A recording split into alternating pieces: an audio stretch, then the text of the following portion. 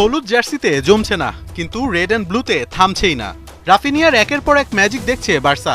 তবে প্রশ্ন ছিল সেরা খেলোয়াড় কে হবেন, লামিন ইয়ামাল নাকি রাফিনিয়া? শেষ পর্যন্ত ইয়ামালকে পেছনে ফেলে লা লিগার বর্ষসেরা খেলোয়াড়ের খেতাব পেলেন ব্রাজিলিয়ান এই ফরওয়ার্ড। যদিও একদমই খালি হাতে ফেরেননি লামিন ইয়ামাল। অনূর্ধ্ব 23 ফুটবলারদের মধ্যে সেরা হয়েছেন স্পেনের এই খুদে জাদুকর। লা লিগার এই সিজনে দুর্দান্ত ফর্মে ছিলেন রাফিনিয়া। ট্রেবল জয়ে বার্সার হয়ে রেখেছেন দারুণ ভূমিকা। গোল করা হোক কিংবা গোল করানো, দুই সাইডেই পারফর্ম করেছেন সমান তালে।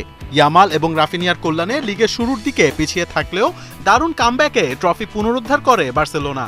এবারের সিজনে 57 ম্যাচ খেলে 34 গোল করেছেন রাফিনিয়া। শুধু গোলই করেননি, সাথে করিয়েছেন 25টি গোলও। তার এই পারফরম্যান্সই তাকে এনে দেয় বর্ষসেরার তকমা।